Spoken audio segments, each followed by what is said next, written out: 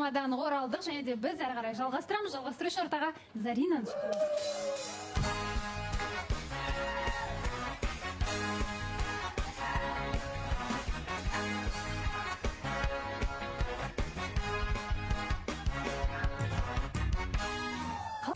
Өте керемет, жағдайым жақсы, шүкір. Өткен жолы енді Еркеғали бір мүмкіндік сұрап, барлығын сөйлесейік деген сияқты айтты. Ақыры көңіліңізді тапқан сияқты, бәрі жақсысымен, орнымен болған сияқты. Еркеғалиді шақырып алайық, иә? Аха. Еркеғали, келіңіз.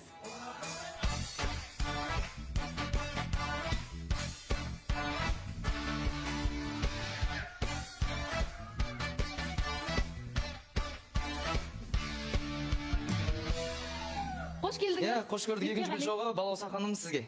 Ой, рахмет. Үлкен рахмет. Өте әдемі гүлдер. Үлкен рахмет сізге. Еркеғали, қалыңыз қалай? Жақсы, Аллаға шүкір. Өздеріңіз? Бәрі жақсы. Қалайсыздар? Кездесулер болып жатыр ма? Фото-видеоларыңызды көрейік. Жүздеріңіз бал бұл жанып тұр. Неге жоқ? Кездесу болмады? Жоқ, мынандай ғой. Мен тойым болды, тойға барып келем дедім. Бірінші ассалаумағалейкум, қалайсыздар? Бәрі жақсы ма? Той болды, мен де сөйтіп тойға барып, той жүргізіп қайтып келдім ғой. Яғни эфирден кейін Қолыңыз босамады, иә? эфирден кейін үйге дейін шығарып салған болатын. Сосын достары да келіп, заттарым көп болған. Ұл қыз достары мен үйге дейін заттарымды кіргізіп тастап, жаңа гүл ауыр болды ғой. Соны Ана жаңа анастағы видеоға күлкім келіп жатыр да. Мен онда күлген кезде бүйтіп қақиып тұра алмаймын да, еңкейіп қаламын, өзі жатып күліп қаламын деген сияқты. Сол сәлем берген сияқты болып кетті да, соған онысы неше аман бол деген сияқты болып кеткен. Негізі күлкім келген кезде солай еңкейтінім бар. Дұрысынан түсінсеңіздер деймін. Сонымен үйге дейін апарып тастап, бұл достармен кездесетін болды сол күні. Ертесіне жолығайық деді. Ертесі күні білесіз ғой, эфирге келе алмай қалдым. Мазам болмай, сонымен кешкісін солай сыртқа шығып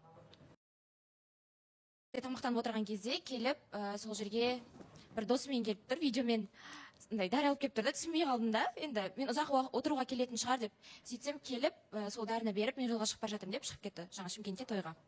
Бұл ортаға шыққан күннің ертесіне. Одан кейін жазып хабарласты, уақытым болған кезде жаңағыдай мазам болып тұрған кезде жауап беруге тырыстым. Еркеғали келе алмады кездесуге Зарина, одан кейін жоқ, келе алмады деген жоқ. Барлығында келіп, барлығында кездесіп, уақытлы жүрміз ғой. Бәрі уақытымен, бәрі болып жатыр. Бірақ енді өткенде сіздер ортаға шыққаннан бері қанша күн өтті? Біраз өтті негізі. Одан кейін отырып, асықпай сөйлесу деген болған жоқ. Тек үйге дейін машинаға бара жатқан кезде ғана сөйлестік. Мен айтып түсіндірдім, енді осы сәтте болайық, қатты алысқа шаппаңыз, белгісіз деген сияқты. Содан Еркеғали айтты, мен ойладым, сені өзім сияқты ұнатып қалды деген сияқты бір. Мен де сондай взаимно деп ойлап қалдым деді да енді. Сосын мен жоқ, мен бұл сыйластық, сізге жақсы қарым-қатынаста қарау, ашылуға тырысу, ол сыйластық деп қабылдаңыз деп ше, әлі ол махаббат деңгейге жеткен жоқ деген сияқты айтып түсіндірдім. Бірақ маған жаңа ұнамай қалған шынымды айта салайын, негізі бір қатты құлшынысым керісінше артқа қарай кетіп қалды. Себебі бірінші күні көрген кезде Еркеғалиден андай айтып ғой, енді шынайылық көрдім, кәдімгідей маған барлығы жақты, барлығы ұнады, то есть жаңа қадамдары, әрекеттері шынайы болып көрінді деген сияқты айтып бастаған кезде күннен күнге сол нәрсе маған артқа кетіп бара жатқан сияқты. Еркеғалидің тарапынан көбінесе сырттағы көңіл, сырттағы қолдау маңыздырақ сияқты да, менің көңілімнен гөрі. Ол қалай сонда? Сырттағы көңіл, мысалы, кейбір қолдаушы тәтелермен сөйлеседі екен да. Сол кісілерге айтып, осылай менің ойым шынайы деген сияқты. Мен тіпті кейбір адамдармен сөйлеспеймін. Бізде мекемеге үлкен Гүлит әтемізбен. Ал одан кейін, мысалы, мен көп адаммен сөйлесе бермеймін. Сонымен андай кейбір кісілер маған жазып жібереді да, ойбай, сен осыдан Еркеғалидан бас тартсаң, біз сенен көңіліміз қалады деген сияқты. Енді мен ол кісілердің көңілі үшін отырған жоқпын ғой жобада. Жақсы қолдаса рахмет, шүкір. Бірақ негізі бұл жерде мен отбасы құрам ғой. Ол кісілер дәл Еркеғалидің жанында мен жүргендей жүрген жоқ. Мен сен аманатты Еркеғали ғана жақсы болып жатқан сияқты болып көрінді да маған. И жаңағы дәрі алып келіп берген кезде де қасында видеомен келіп тұр да, енді видеосыз да беруге болады ғой ол нәрсені. Немесе үйге жіберсе деген сияқты. Біртүрлі болып қалдым өзімше, артынан рекламасын күттім, мынаның рекламасын салып жібере ма деген сияқты. Бір жағынан соның барлығы маған бір жасанды болып көрініп қалды енді Балауса ханым. Сол нәрсе керісінше мені отталкивать етті, артқа қарай шегінуіме себеп болып жатыр. Былай істейікші, сіз өзіңіз түсіндіріп айтыңызшы. Сіздің тарапыңыздан, сіздің көзқарасыңыз бойынша қарым-қатынас қалай болып жатыр? Менің көзқарасым бойынша негізі мен шынымен қатты асық таныттым ғой басында. Қатты сезімді ашып жібергенмін, өз-өзіме сұрақ қойдым, мен қатты ашылып кеткен жоқпын ба негізі деп ойланып қарасам, негізі действительно менің үйленейік анау деген нәрсенің барлығын сол қатты ашылып қойғанның кесірінен айтылып қойған нәрсе екен. Енді мен өз-өзімді қолға алдым, ары қарай нормально боламын. Егер сол нәрсе дұрыстау керек болса, мен ары қарай сол нәрсені дұрыстаймын деген қазір ниет болып жатыр ғой менде. Жоқ, қалай болып жатыр қарым-қатынас? Қарым-қатынас енді сәл қатты ашылма дегеннен кейін, сәл ашылмай енді ара арасында сәл жабық отырсыз. сәл жабық емес, енді таныстықты реттеу болып тұр ғой пока что. Реттеу болғанда, мысалы, Заринаның айтып отырған әңгімелері мүлдем басқашалау. Жоқ, енді рекламасын түсінбей қалдым бұл жерде. Енді видеографпен келген дегеннен кейін, маған енді Алматыдан Шымкентке шығып бара жатқан уақытында еді ғой. Сол кезде прямой эфирге кірдім. Сондай әңгімелер болып жатыр. Сол жерде Гуля дейтін, дұрыс солай ма еді, қалай еді? Иә, сол апайымыз жазып қалды, хабарласып қалды, осындай деп. Сіз не дедіңіз? Енді не болып жатыр, тыныш па, мен Алматыдан Шымкентке шығып бара жатырмын. Мен де қазір шығып бара жатқан уақыт прям дедім да. Жарайды, енді не болып жатыр дедім, осындай нәрселер деді. Енді барынша көмегін тигізуге тырыстым, жай ғана. Енді қолымнан кейін примерно нәрсені алып барып айтқан болатынмын ғой. Сіздер екеуіңіз бір-бірлеріңізді түсінбей отырған. Мен ол видеоға түсірме деп айтпайсың. Түсірмей қоятын едім ғой, қаяқтан білейін. Қатты маңызды ма оны Инстаграмға салып қою? Негізі екеуміздің көп адам күтіп жатыр ғой енді видеомызды, басқамызды деген сияқты. Мысалы, сіз тікелей эфирде отырған кезде айтады екенсіз да, маған сол моментте қиып жібереді. Таныстық тоқтамайды, жоқ, Құдай сақтасын, қолдаушылар бар, халық бар деген сияқты ше. Заринаның деген сөз жоқ та ол жерде. Неге Заринаның деген бірінші айтылады ғой? Бір солар қолдап тұрса біздің таныстық тоқтамайды деген сияқты нәрсені айтасыз да. Мен сен өзің айттың ғой, мен қолдаушылардың өзіңізге білінбейді. Сіздің өзіңізге білініп тұрған жоқ. Оны мен сезіп тұрмын, себебі сіз алғаш мен екеуміз съемкада көрген Еркеғали мүлде басқа да, бұндай нәрселермен басын қатырмайтын. Одан кейінгі қазіргі осындай бір нәрсеге еріп бара жатқан Еркеғали мүлде басқа. Мен еріп жатқан жоқпын, Зарина, сіз дұрыс түсінбей қалып жатсыз мүмкін. Басында енді реттеліп енді ровнаға түсіп аламыз ғой, бірақтан ондай сториске салу бірдеңе деген нәрселерді халыққа қызық болғаннан кейін бөлісіп жатырмын, жобада отқаннан кейін бөлісіп қойып жатырмын арасында. Мен бірақ бір Заринаның келісім бізге керек емес, қолдаушылар сендер мен қолдасаңдар, мен сендермен бірге Заринамен таныс тоқтатпаймын деген әңгіме шықпады ғой аузымнан. Менде ол жерде Зарина деген менде бірінші орында тұр ғой. Бәлкім енді жаңағы Заринаға солай көрініп тұр ғой. Сол көрініп қалған ғой, соның көрінбесін деп өзім айтып. Бір енді онда тұрған ештеңе жоқ сияқты. Сіз жалпы айтсаңыз болады ғой. Негізі мен біздің қарым-қатынасты енді эфирде онсыз да көрсетіп жатырмыз. Мысалы Инстаграмда көп көрсеткен қаламаймын деген сияқты. Сіздің тарапыңыздан бір айтылу керек сияқты. Сізге не нәрсе ұнамай тұр, айтыңызшы. Сіздің көңіл күйіңіз түсіп кетті, жаңа жап-жақсы болып шықтыңыз ғой. Мен соны байқадым, Балауса ханым. Неге? Мен шықпай тұрып күшті болып күліп жадырап жайнап отқан қыз, мен шығып енді неге олай настроениесі түсіп кеткен? Не болды, Зарина? Жоқ, енді мен айтып тұрмын, Еркеғали түсінгісі келмей тұр, жарайды деп отырмын сол үшін. Түсінгісі келмей тұр. Нақты сіздің ренішіңіз қандай? Инстаграмға байланысты? Я сол нәрсеге қатты басырып кеткен мен үшін. Сіз негізі сыртта бір ауыз ескерттіңіз бе? Негізі айтқан болатын, мен таксиге жаңа үйге алып бара жатқан кезде айттым, сіз осылай өзіңізді қатты көрсету арқылы мені жаман қылып жатырсыз деп ше. Мен жаман атты болып қалатын сияқтымын, сіз олай қатты асығыс шешім қабылдамаңыз деген сияқты айттым. Негізі мен таныстық басында айтқам, маған жасандылығы ұнамайды, мен жігіттердің түр-түрін көрген мына жақта таныстықта кәдімгідей біраз уәделерді беріп қойып, бұлай нәрсе жасайды, камера қосылғанда басқаша сөйлейді, неше түрлісін көргем деп айттым да. Білмеймін енді, айтыңызшы, сонда Еркеғалидің қадамдары ма жасанды сияқты, сезімі ма жасанды сияқты, не нәрсе жасанды сияқты? Зарина, просто айта салайыншы, рұқсат па, сөзін бөлгеніме кешір. Бірақтан сен просто дұрыс түсінбей қалыпсың ғой. Сен машинада айтқан әңгіме, мысалы, асығыстық шешім қабылдама, асығыстық тірліктер жасама дедің, бірақ ол жерде асығыстық деген вообще басқа нәрсе, ал сториске салған нәрсем вообще басқа нәрсе болып тұр ғой. Соны сұрайық, мен қамқор болғым келіп, енді өзім сондай бір өзімді дұрыс жағынан көрсетуге тырысып та дұрыс емес кері не алып жатырмын бұл жерде. Тырысқанды мен сезем, білем, ажырата аламын, ақ пен қараны ажырата алатын жастамын, және маған көрсетіп жасаған нәрседен гөрі былай ақты адамдың қамқорлығы сезіледі ғой, мысалы. Просто бір сөзінен адамның кейде сен кәдімгідей мотивация аласың, бір сөзінен демеу аласың. Бірақ мен ондай нәрсені сезбеймін да, Балауса ханым, тек сезімінен де жасанды қылықтар барлығынан жасандылық болып көрінеді. Балауса ханым, осы жерде айта кетсем, жалпы мен Зарина неге түсініп отырған сияқтымын. Енді басында айта кетті ғой, жігіт шынайы сияқты болып келді шынымен де.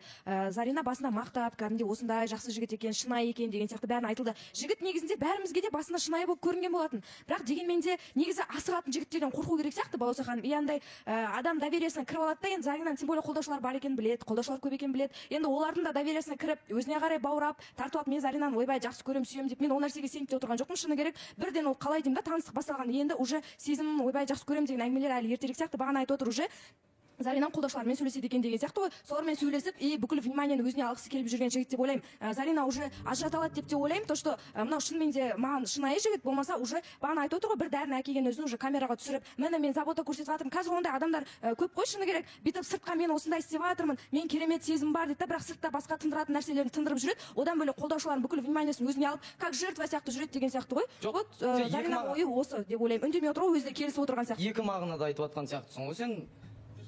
Балсахан. Бізде дәл қазір жарнамадан кейін Жарнама, иә. жалғастырамыз.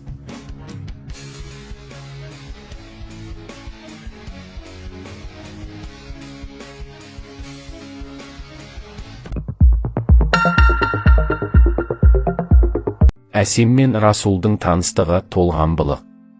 Басында бәрі әдемі басталған. Қарапайым кездесу, ұяң күлкі, ұзақ хаттар, шынайы сөздер. Екеуінің арасындағы сезім бірден білінген. Әсемде Расул да алғашында бұл сезімнің шынайылығына күмән келтірмеген. Бірақ уақыт өте келе бәрі күрделене бастады. Расул Әсемді қатты жақсы көреді. Бірақ сол махаббатты ашық жеткізе алмайды.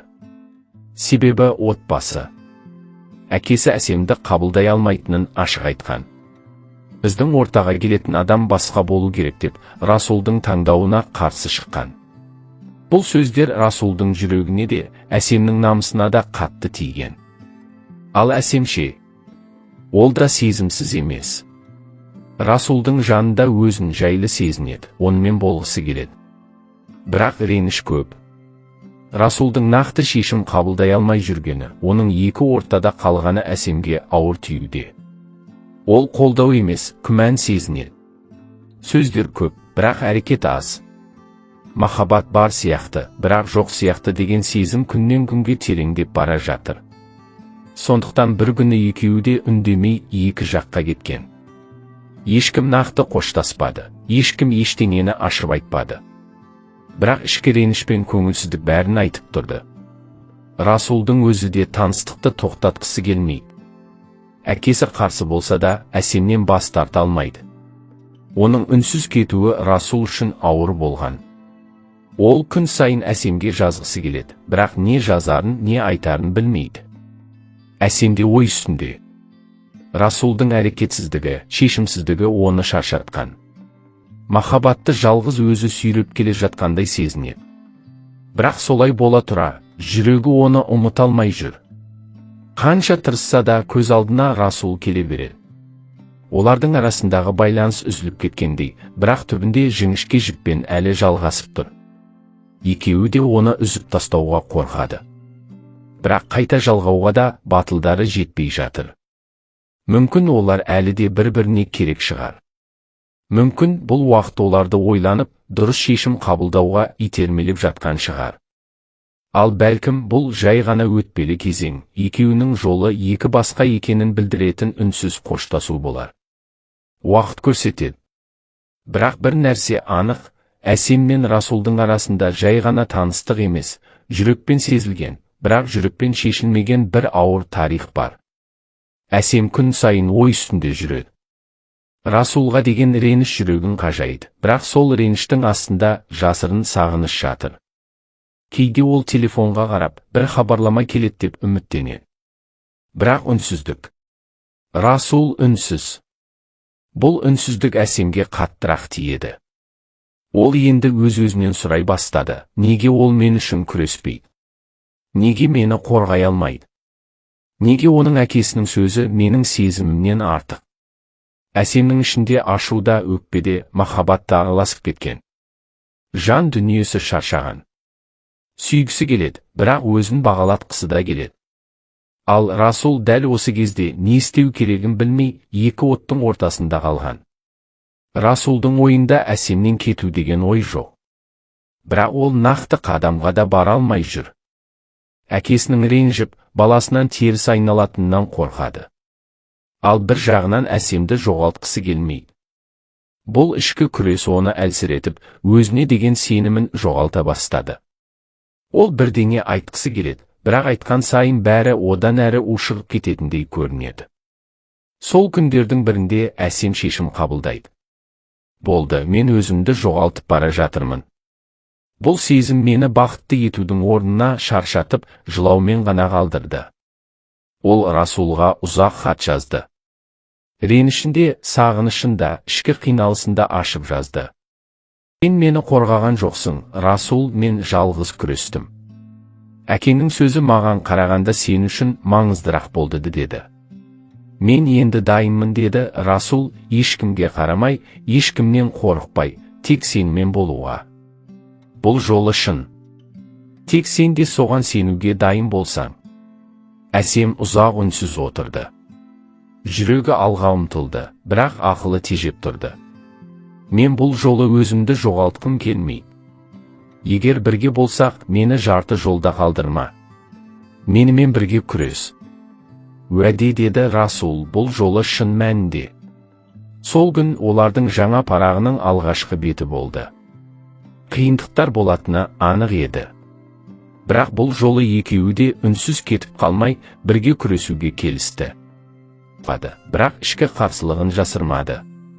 Бұл қыз бізге сай емес деген жалпылама сөздермен Расулдың ойын былғады. Ал Расул әкесін қатты құрметтейтін.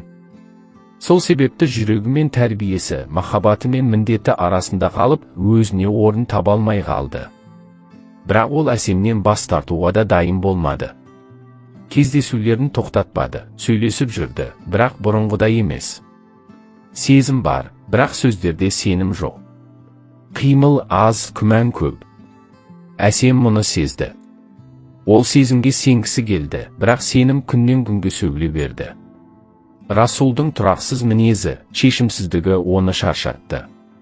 Бір күні екеуінің арасында үлкен дау болды. Әсем жылап отырып, мен сені жақсы көрем, бірақ бұл қарым-қатынас мені бақытты етпей тұр. Мен күресіп шаршадым деді. Расул үнсіз қалды. Айтар сөз таба алмады. Ол шынымен де күресіп жатқан жоқ еді.